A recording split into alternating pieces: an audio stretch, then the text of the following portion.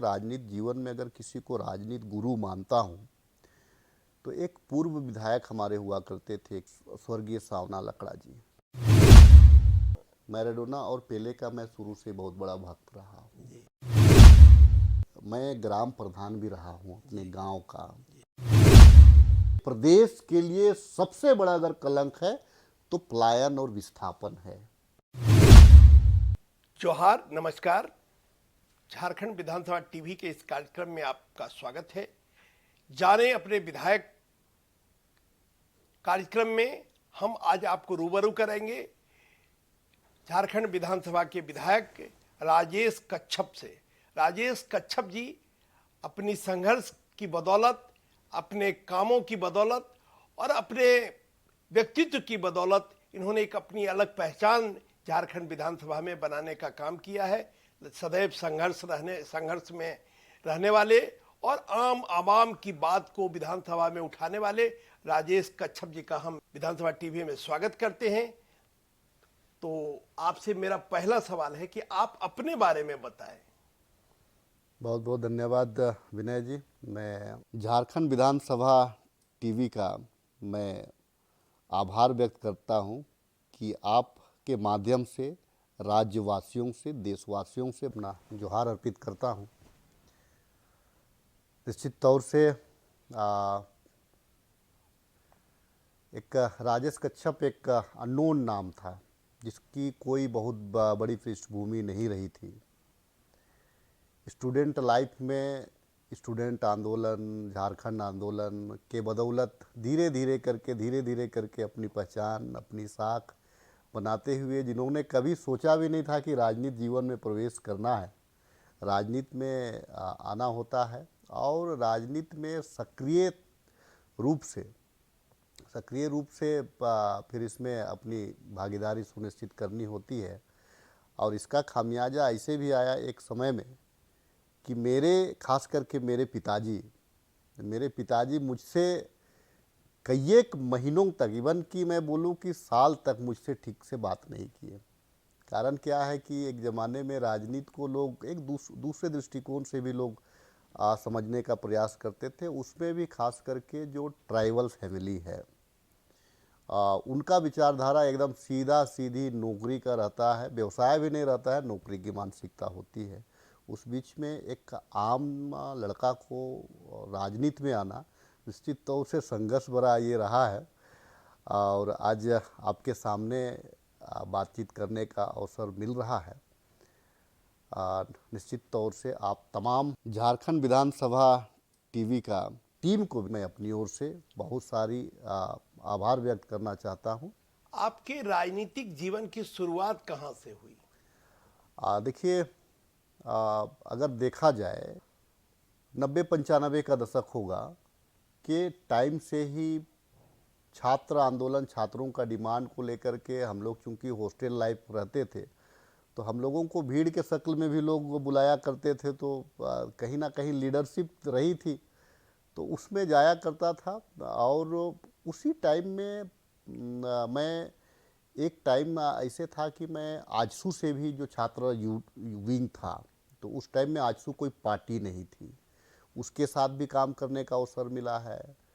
फिर आदिवासी छात्र संघ जो है, जो हॉस्टल वगैरह जो है उसमें कुछ डिमांड्स होते थे, उसमें काम करने का अवसर मिला। झारखंड आंदोलन में स्टूडेंट के रूप में कुछ मतलब काम करने का अवसर मिला। उसके बाद में NSUI एक राष्ट्रीय कांग्रेस पार्टी की एक छात्र विंग है, उसमें काम करने का अवसर मिला। और मोटा मोटी अगर देखा जाए तो इनडायरेक्टली देखा जाए तो 95-96 के बाद से एक्चुअली मैं अपने राजनीति जीवन में अगर किसी को राजनीति गुरु मानता हूं तो एक पूर्व विधायक हमारे हुआ करते थे खिजरी विधानसभा के, जो स्वर्गीय सावना लकड़ा जी। मैंने कई एक बार, ऐसे नहीं कि नौकरियां नहीं हुई, नौकरी में सिलेक्ट भी हुआ, लेकिन वो जो राजनीति मनसा और वो गुरु का एक मार्गदर्शन, उनका एक मुझे एक चीज़ बोलते थे कि तुम अच्छा ऑफिसर बन सकते हो, अच्छा कर लोगे, हो सकता है कि ट्राइबल हो, रिजर्वेशन भी है तो अच्छा अच्छा कर भी लोगे, अच्छा पद पे भी जाओगे। लेकिन वो उस टाइम में देखिए वो हमको बोलते क्या थे कि नहीं तुम सिर्फ अपने लिए जियोगे, फिर समाज के लिए तुम नहीं जी पाओगे, अपने और अपने परिवार के लिए। फिर एक आध बार ऐसे हुआ कि मैं ज्वाइनिंग लेटर जो हमारा आया तो मैं गया, बोला कि मैं बाबा बोलता था उनको, तो बोलता है कि बाबा नौकरी हो रहा है, जाना चाहते हैं। तो वही बात बोले कि अब सोच लो, विचार लो। उनका कहना है कि मेरे बाद कोई नहीं है मेरा उत्तराधिकारी, तो कोई तो करने वाला। एक्चुअली वो मुझे परखे ऐसे कि राजनीति, जब वो एमएलए थे तो कुछ क्षेत्र था उस टाइम में बिहार, कोई रोड भी नहीं था, हमारे गांव के आसपास में भी रोड नहीं था। तो मुझे बोले कि वो मीटिंग कराना चाहते थे, बड़ी मीटिंग कराना चाहते थे, और मैं वो मीटिंग करवा दिया उनको।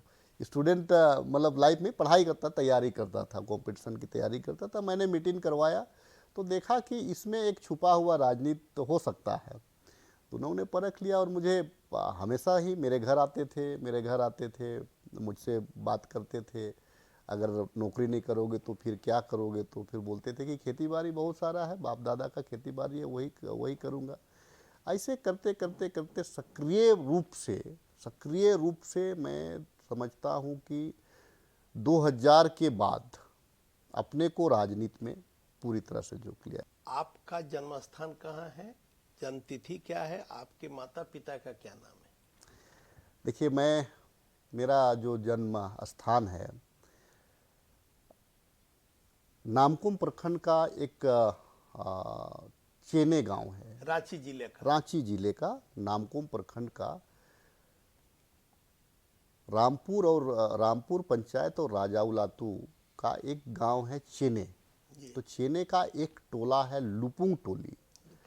तो मेरा जन्म स्थान वहीं पे है, और मैं घर पे ही जन्म लिया हूँ। तो और जन्म तिथि क्या है? जन्म तिथि 31 दिसंबर 1978।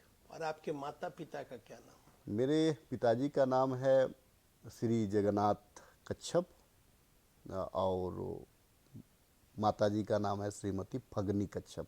अच्छा, ये कच्छप टाइटल कहाँ से आया? देखिए, कच्छप का मतलब होता है, एक हमारे जितने भी ट्राइब्स हैं, जो है जनजातीय समुदाय है, उनका एक एक गोत्र होता है। तो कोई किसी का पेड़ से होता है, किसी का जीव जंतु से होता है। तो एक कछुआ है, जी। कछुआ से हमारा गोत्र कच्छप हुआ। सबसे दीर्घायु कछुआ होता है, जो माना जाता है ऐसा जी, कि सबसे लंबी आयु कछुआ की होती है। और बहुत संयमित रहने वाला भी जीव है कछुआ, निश्चित तौर से विनय जी इस चीज को कह सकते हैं कि संयमित और दीर्घायु और हमेशा प्रयत्नशील रहने वाला प्राणी है कछुआ। अच्छा, तो आपकी शिक्षा दीक्षा कहाँ से हुई? मैंने स्कूलिंग अगर देखा जाए तो मैं 6 तक का, 6ठी क्लास तक ही गांव के बगल में ही एक सन जोसेफ मिडिल स्कूल राजा उलातू है, मैंने 6ठी क्लास तक का वहाँ पढ़ाई की। 6ठी के बाद में मैं फिर सन जोन्स आ गया। सन जोन्स रांची में था, पुरलिया रोड में। फिर सन जोन्स में आया। फिर वहाँ से मैट्रिक करने के बाद फिर मैं आपको सन जेवियर्स कॉलेज रांची में हिस्ट्री में ऑनर्स करके फिर पास आउट हुआ। और ये अगर देखा जाए तो कुछ दिन रेंट में भी रहने का अवसर मिला। होता क्या था कि बहुत बार ये नहीं मिल पाता था, हॉस्टल फुल रहता था, तो कुछ दिन रेंट में मिला। लेकिन बारंबार जो हमारे फादर थे, उनको प्रिंसिपल जो थे, उनको बोल करके कि बहुत परेशानी होती है, तो फिर कुछ दिन के बाद में फिर मुझे हॉस्टल में रखा गया। तो बचपन में राजनीति में आने की इच्छा थी कि कुछ और बनना चाहते थे और बन गए कुछ और?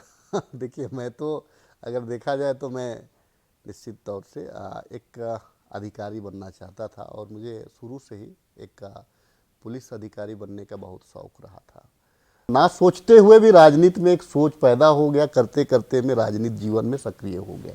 छात्र जीवन की कोई ऐसी घटना जो राजनीति में जाने के लिए आपको प्रेरित किया हो, या कोई ऐसा संस्मरण जो लगा कि नहीं, अब हम राजनीति से ही समाज को बेहतर बना सकते हैं, समाज में सुधार ला सकते हैं?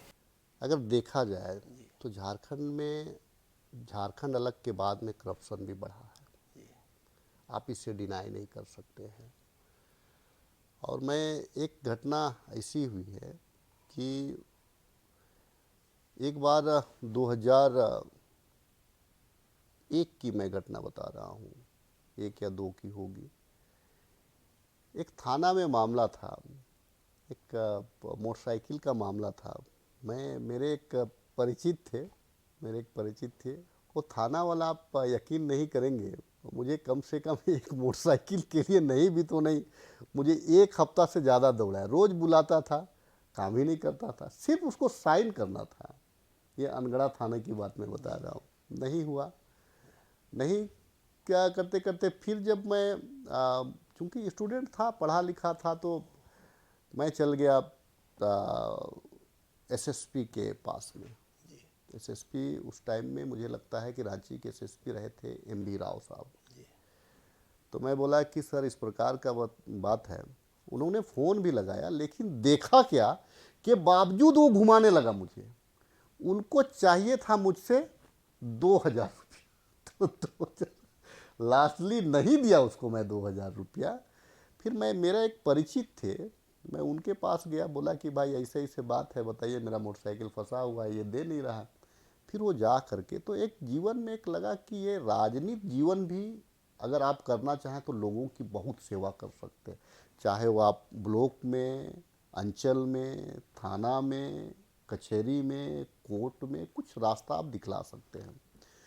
दूसरी चीज़ क्या है, दूसरी चीज़ में कि एकदम सक्रिय भूमिका निभाने का, कि जब मैं गांव में था तो हमारे गांव में देखिए बिजली नहीं थी, रोड भी नहीं थी।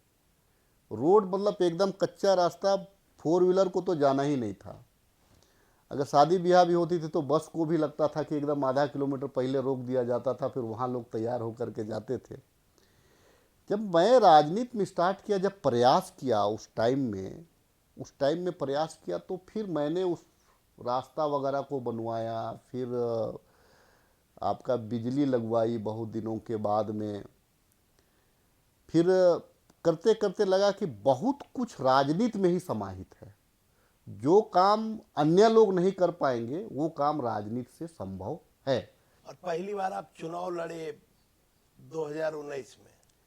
देखिए, चुनाव तो मैं लड़ा, देखिए चुनाव में लड़ा 2009 में पंचायत समिति का। अच्छा। तो मैं रामपुर पंचायत से 2009 से पंचायत समिति भी रहा, अच्छा, सदस्य पंचायत समिति के सदस्य भी रहा। जी। उसके बाद में 2014 में फिर मैं जिला परिषद का चुनाव भी लड़ा नामकुम से। जी मैं जिला परिषद का मेंबर भी रहा, जी। यहाँ भी प्रमुख के लिए फाइट किया था, उप प्रमुख के लिए, फिर यहाँ भी जिला परिषद चेयरमैन के लिए फाइट किया था, नहीं हो पाया दोनों।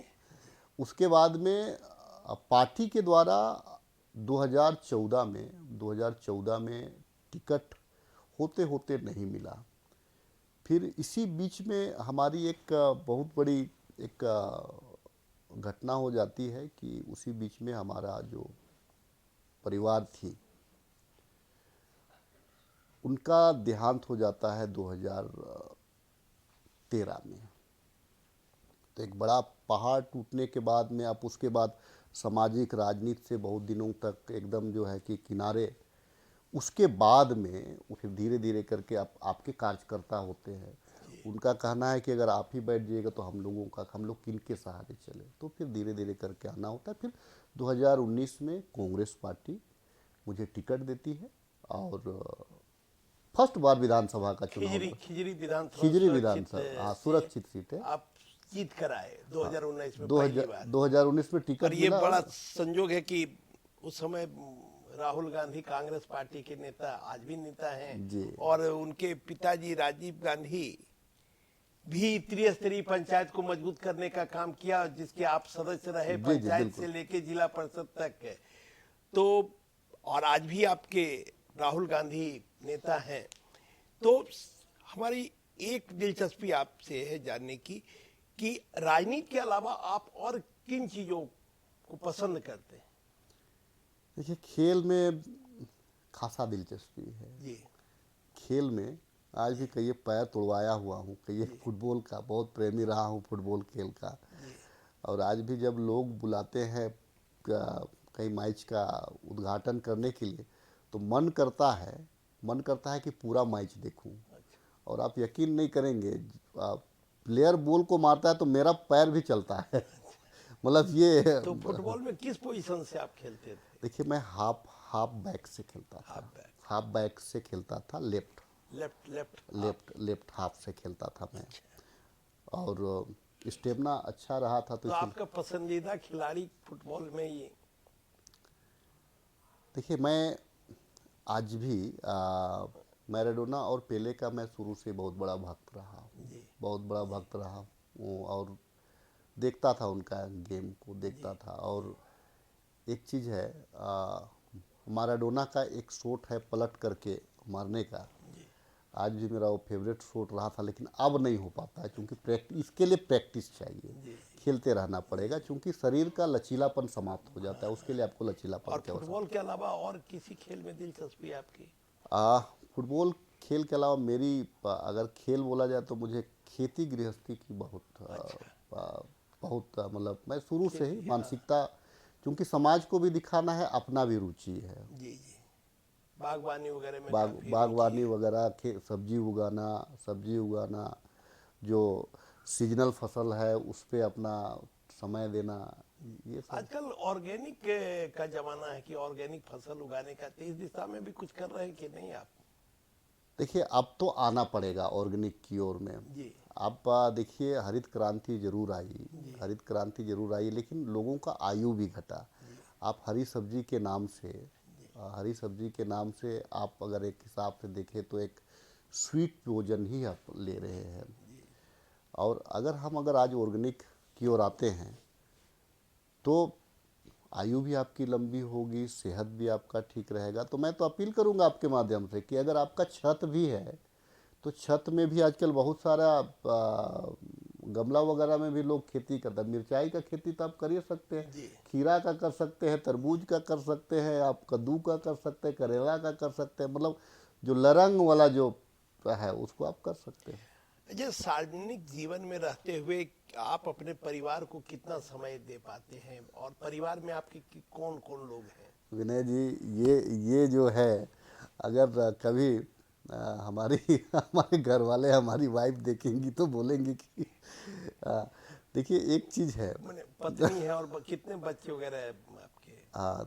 3 बेटियां हैं। तीन बेटियां। मैंने कहा ना, 2 शादियाँ, जी दो जी जी शादी हुई, जी। तो दो, एक से जो छोटी वाली जो बाद में जिनसे जी किया, उसे एक बेटी है, जी और पहले वाली से 2 बेटी है। जी, तीन बेटी है। हाँ जी जी। चलिए, अच्छा है, बेटी को आगे बढ़ाना है, समाज को बेहतर बनाने के लिए। जी आपने जो सवाल किया, जी देखिए, सार्वजनिक जीवन में और खास करके उसमें राजनीतिक जीवन में परिवार के लिए वास्तव में सिर्फ मैं नहीं, मुझे लगता है कि बहुत सारे ऐसे जो साथी हैं, जो माननीय विधायकगण हैं, उनके पास में परिवार के लिए वक्त नहीं मिल पाता है। परिवार को आप वक्त कब देंगे?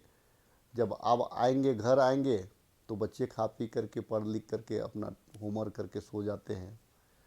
आप अगर परिवार के नाम से केवल आपकी जो फैमिली है, आपकी जो पत्नी है, वही जगी रहती है कि भाई कुछ खाने उन्हें के लिए पूछ लेते हैं। बाकी नहीं तो ऐसे है कि परिवार के लिए वक्त वास्तव में नहीं निकल पाता है।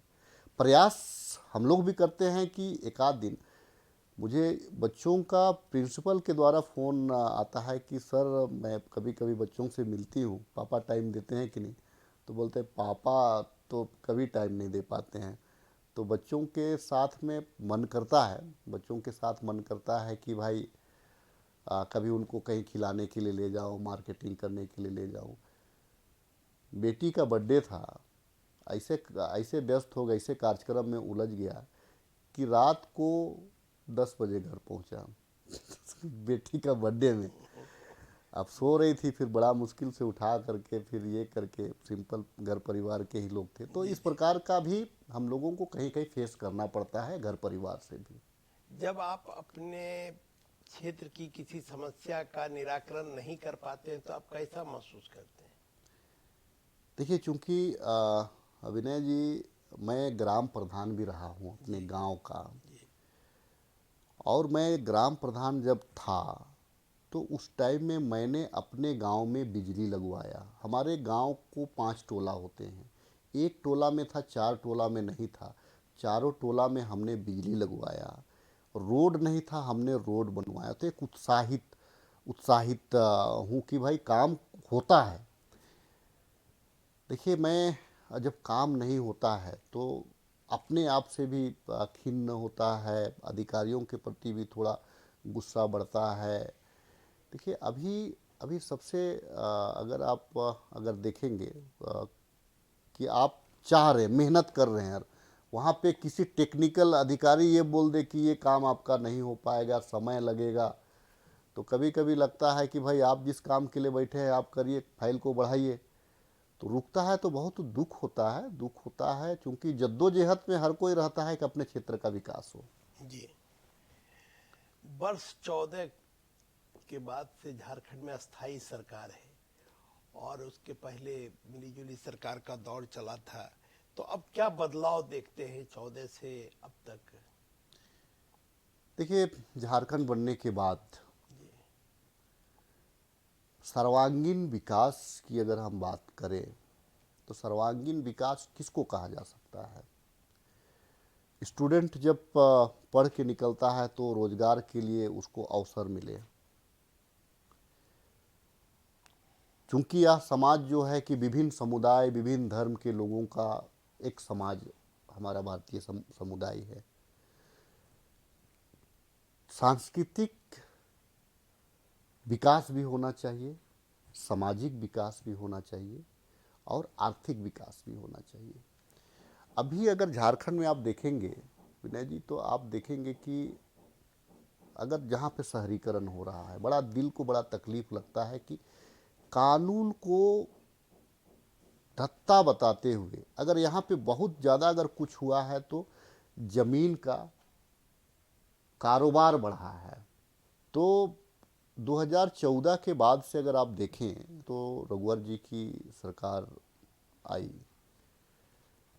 लेकिन इसमें जो ट्राइबल्स और यहाँ के जो मूलवासी हैं, उनका मानना है कि भाई हमारा सांस्कृतिक विकास भी हो, हमारा सामाजिक विकास भी हो, जिसमें अगर देखा जाए तो पिछली सरकार 14 वाली सरकार को नाराजगी झेलना पड़ा। नतीजा क्या है कि उनकी सरकार नहीं बन पाई।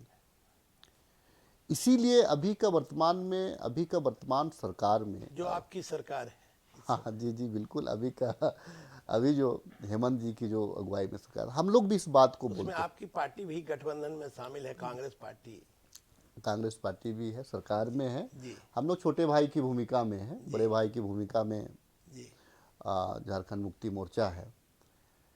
उसमें भी आज भी हम लोग इसी बात को लेकर के आदरणीय मुख्यमंत्री जी को हम लोग कहते हैं कि सिर्फ खनिज का दोहन करके ही विकास नहीं किया जा सकता है। ये तो आज ना कल खत्म हो जाएगा, लेकिन अगर हम दीर्घकालिक अगर हमको चलना हो तो हमको इस संसाधन को कुछ ना कुछ बचा करके चलना पड़ेगा। और दूसरी चीज़ है कि दोहन उतना हो कि प्राकृतिक हमारा सुरक्षित रहे। उम्मीद सरकार से हम लोग अभी, जैसे हम लोग प्रयास ये करते हैं कि अपनी सरकार है तो प्रयास, सोच सबका, विजन सबका अपना अपना होता है। हमारा भी विजन है कि सामाजिक विकास, जिसमें यहाँ के लोगों का भाषा, संस्कृति, रहन सहन, खान पान, ये तमाम चीज़ को भी विकसित कर उनके अनुरूप विकसित किया जाए। आर्थिक विकास तो आपको कराना ही पड़ेगा, और आर्थिक विकास में हर किसी को आप सिर्फ फैक्ट्री लगा करके नौकरियां नहीं दे सकते। आप अगर देखिए, हम स्वरोजगार के भी अवसर पैदा करने, स्वरोजगार के अवसर ही आपको पैदा कराना पड़ेगा। और जो झारखंड की सबसे बड़ी समस्या है विस्थापन, पलायन, ये 2 बड़ी समस्या है झारखंड की। ये कलंक है जी विनय जी, ये प्रदेश के लिए सबसे बड़ा अगर कलंक है तो पलायन और विस्थापन है। आज के तारीख में कभी अगर आपको अवसर मिले तो आप अगर जाएंगे महानगरों में तो आप देखेंगे कि मेरे प्रदेश के लोग यहाँ पे काम कर रहे हैं। लेकिन आपकी सरकार तो अवसर प्रदान कर रही है राज्यों में नौकरियों को। देखिए, प्रयास वही करें, इसीलिए इसीलिए हमारे पास में संसाधन की कमी नहीं है। जी। हमारे पास में बहुत सा पर्यटन के क्षेत्र में हम बहुत सारे हम बहुत बेहतर कर सकते हैं बेहतर कर सकते और हैं, बहुत रोजगार सृजन कर रोजगार सकते सृजन करा सकते हैं। खेती के कृषि के क्षेत्र में भी हम बहुत सारे, हमारे पास में बहुत सारा विकल्प है। खेती में भी हम जो है कि हम लोगों को स्वरोजगार से जोड़ सकते हैं। हैं। खेल को भी बढ़ावा देके हम यहाँ रोजगार पैदा कर सकते हैं। देखिए, एक ज़माना था जब मैं खेलता था फुटबॉल, जी। उस टाइम में यहाँ पे मेकॉन हुआ करता था, एजी हुआ करता था, रेलवे हुआ करता था। ये प्लेयर्स को सिलेक्ट करते थे और नौकरियां देते थे, जी। लेकिन बीच में ये ख़त्म हो गया था। जी। अभी कम से कम हेमंत जी की अगुवाई वाली सरकार ये पहल किया है कि भाई अगर आपका इंटरेस्ट खेल में है तो खेल के माध्यम से आप अपने जिला का, अपने राज्य का और अपने देश का नाम रोशन करिए। आपके भविष्य को सुरक्षित हम करेंगे, जितना बन पड़े। आपका जो जो लेवल है, आपको जहाँ पे नौकरियाँ, तो हम लोग इसीलिए तो सीधी नियुक्ति की भी व्यवस्था कराने का प्रयास किया गया है, ताकि आप खेल खेल तो सिर्फ फुटबॉल नहीं है, क्रिकेट नहीं है, कि हॉकी नहीं है, बहुत सारा खेल है। लेकिन यहाँ यहाँ हॉकी के लिए जाना जाता है झारखंड। जयपाल सिंह जो पहले ओलंपिक में जो 1928 में हुआ था जब स्वर्ण पदक, तो उस टीम के कप्तान थे अपने खूंटी के जयपाल सिंह जी। और आज भी सलीमा टेटे वगैरह खेल रही हैं ओलंपिक में। तो हॉकी को भी बढ़ावा, और हॉकी के टूर्नामेंट भी यहाँ काफी होने लगे हैं। तो मुझे लगता है कि हॉकी में भी बढ़ावा देके भी रोजगार का अवसर पैदा किया जा सकता है। देखिए विनय जी, आज हम लोग झारखंड विधानसभा टीवी का चैनल में हम लोग बात कर रहे हैं, और बड़ा सौभाग्य है कि आपने हॉकी की बात कही। आज कम से कम गर्व की बात है कि कम से कम हमारे यहाँ अंतर्राष्ट्रीय स्तर का भी खेल यहाँ पे शुरू हुआ है, जिसमें विभिन्न देशों के लोगों ने यहाँ पे हिस्सा लिया है। ये हमारा सौभाग्य है, और ये हॉकी को अवसर मिला है।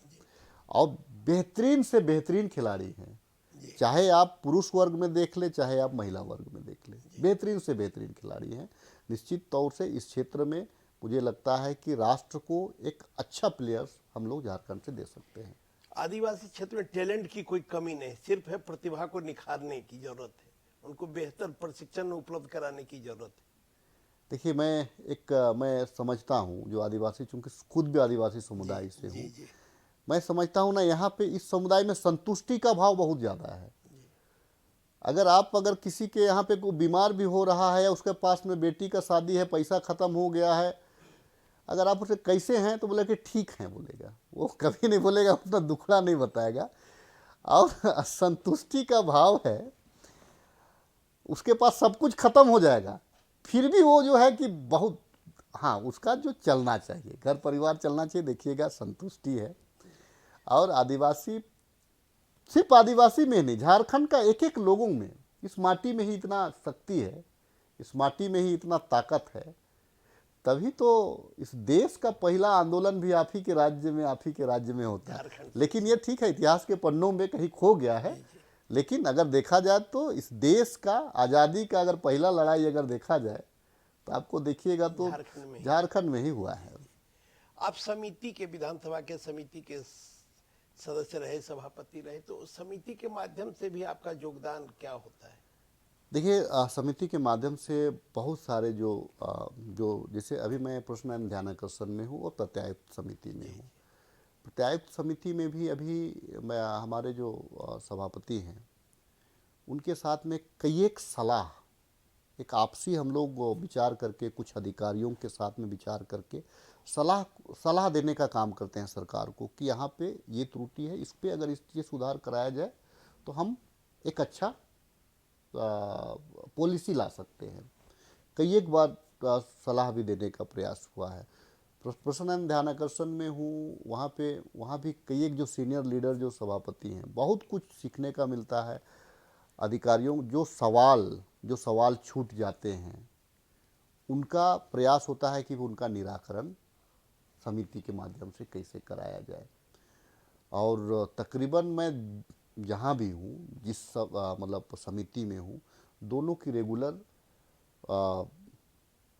विभागीय बैठक भी होते रही है, जिससे होता क्या है कि अधिकारी को भी आपको उनका क्या सोच है जानने का अवसर मिलता है, आप क्या सोच रहे हैं, एक बातचीत करके एक निर्णय लेने का अवसर मिलता है। जी और जहाँ पे कभी कमेटी वगैरह में जाना पड़ता है, कमेटी टूर वगैरह में, जब मैं ज़्यादातर जो हमारा इंटरनल जो होता है उसमें जाने का मैं ज़्यादा ये हूँ, क्योंकि राज्य का बहुत सारे बातों पे उसमें चर्चा हो जाती है, तो उसमें भी नहीं होने वाला काम भी बहुत सारा काम हो जाता है। विधानसभा में हम अक्सर आपको देखते हैं एक पत्रकार के रूप में कवर करने के दौरान आप जन समस्याओं को उठाने के लिए तत्पर रहते हैं और लगातार उठाते रहते हैं, लेकिन कभी कभी आपको अवसर नहीं मिलता है उठाने का, तो उस समय कैसा अनुभव करते हैं? देखिए ये चूंकि मैं सबसे ज़्यादा, आपने कहा कि विस्थापन और पलायन यहाँ का समस्या है, तो हमारे क्षेत्र में विस्थापन भी है, पलायन भी है। अगर मैं एचएससी को बात करूँ तो मैं अपने सरकार से भी, आज भी मुझे याद है कि मैं अपनी सरकार को 5 दिन का बजट सत्र में अवरुद्ध किया था अपनी सरकार का कामकाज को, इसीलिए क्योंकि मेरा इंटरेस्ट हमारा क्षेत्र भी है, राज्य तो है ही, लेकिन मेरा इंटरेस्ट हमारा क्षेत्र भी है।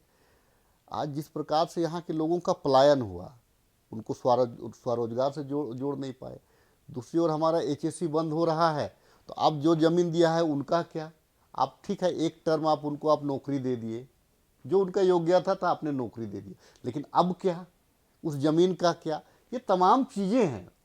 तो जब जब देखिए, पूरे सबसे बड़ा पंचायत तो आपको अपनी बातों को रखने का विधानसभा माननीय सदन ही है। जी तो सदन में जब अवसर नहीं मिलता है, आप रात दिन, मैं आज भी जितना भी 0 आवर का क्वेश्चन भी मैं सुबह सुबह मतलब 12 बजे से प्रयासरत रहता हूं कि भाई जा करके मेरा कहीं छूट ना जाए, मेरा नंबर आ जाए। हालांकि हम देखते ये भी हैं कि झारखंड विधानसभा के अध्यक्ष रविन्द्रनाथ महतो चाहते हैं कि तमाम सदस्यों को पूरा समय मिले, वो अपनी बात को रख सकें, अपनी समस्याओं का निराकरण विधानसभा से करा सकें। उनका लगातार प्रयास होता है, लेकिन कभी कभी जो गतिरोध सदन में पैदा होता है उसके कारण भी कई क्वेश्चन बाधित होते हैं।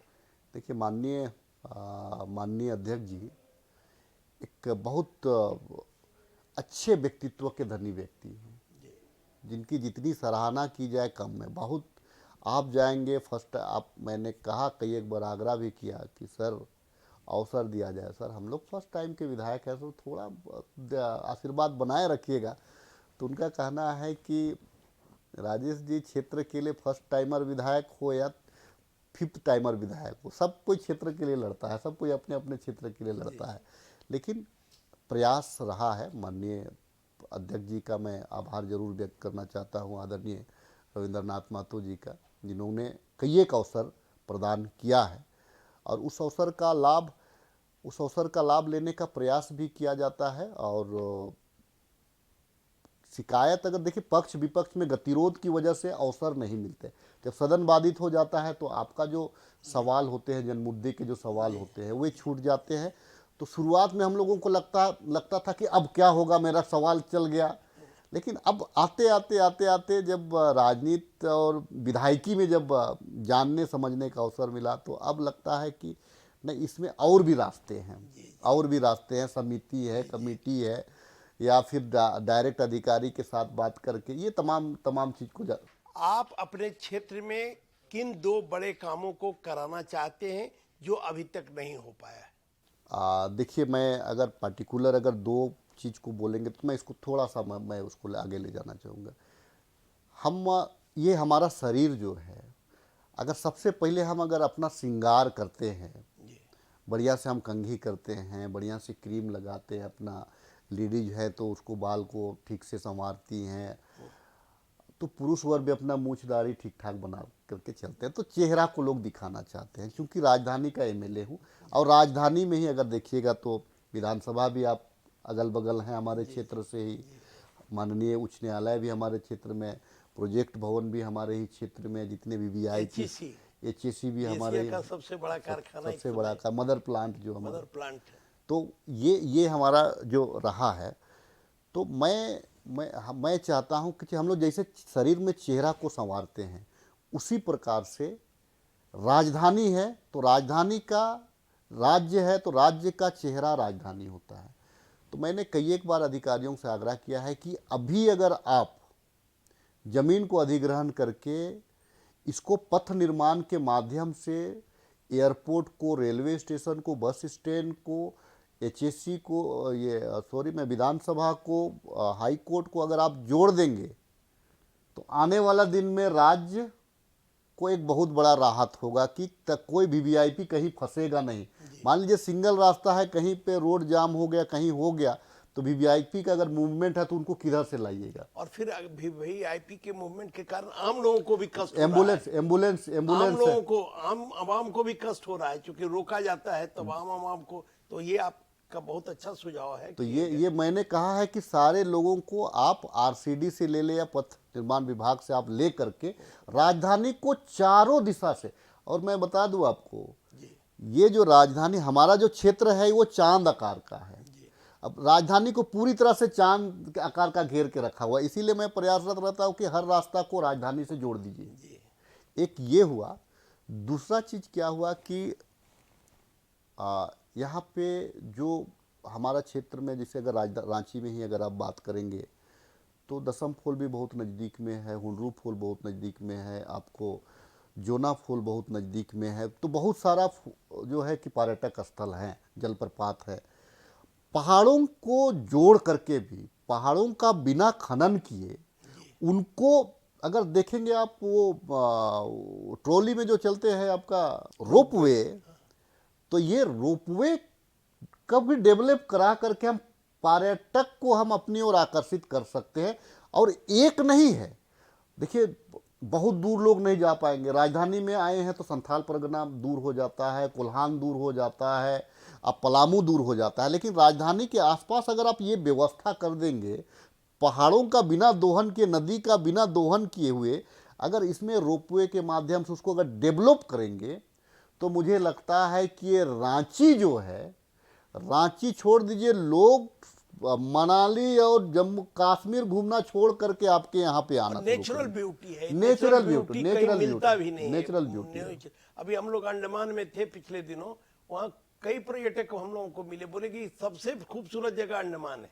तो इसी तरह का जल जंगल, वहाँ समुद्र है लेकिन यहाँ सिर्फ जंगल है, और जंगल की खूबसूरती है जो झारखंड में देखने को मिलती। आपसे हम अंतिम सवाल के रूप में जानना चाहेंगे कि आपके पसंदीदा राजनीतिज्ञ कौन है? देखिए, निश्चित तौर से अगर पसंदीदा राजनीति आप अगर बोलेंगे तो मैं श्रीमती सोनिया गांधी जी को मानता हूँ।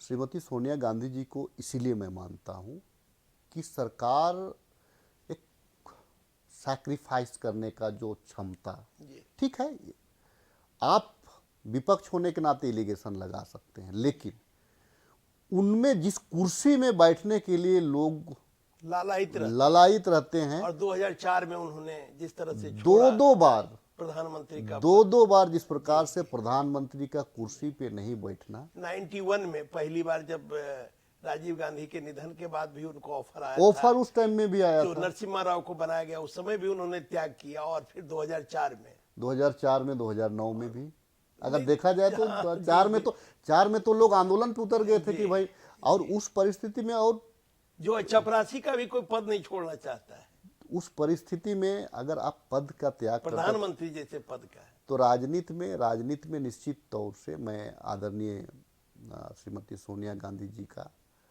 को मैं अपना एक आइडियल मानता हूं। और इस देश में भी कच्छप ये त्याग करने वाले की पूजा होती, चाहे महात्मा गांधी हो या गौतम बुद्ध हो, जिन लोगों ने त्याग किया है उसको ही लोग पूजते हैं। बिल्कुल। तो उसी श्रेणी में आप सोनिया गांधी को रखना चाहते हैं कि त्याग करने वाली महिला है। देखिए, जो महिला उनकी सास की हत्या हो जाती है, जिस महिला की पति की हत्या हो जाती है, जिस महिला का बेटा का जान जोखिम में है, के बावजूद देश के लिए अपने आप को समर्पित कर देना, ये बड़ी बात है।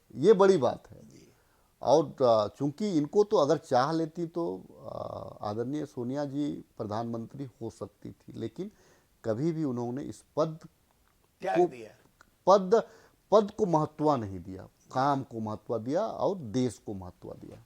राहुल गांधी भी अब उसी रास्ते पर चल रहे हैं। देखिए, अगर राहुल जी की बात को देखिए, हाईली एडुकेटेड व्यक्ति हैं। अगर आप राहुल जी का क्वालिफिकेशन आप देख लेंगे, और उन्होंने जो भारत जोड़ो यात्रा जो निकाला, जी 4,500 किलोमीटर पैदल चलना, ये एक सपना ही तो है। जी जी ये एक सपना है।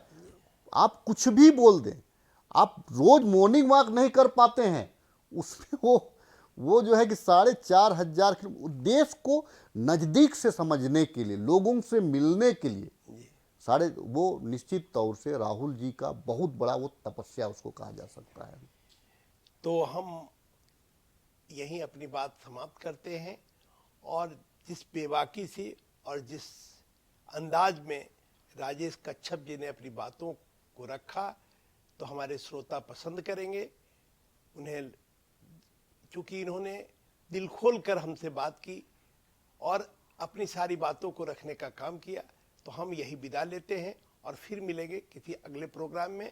नमस्कार, जय हिंद। जोहार।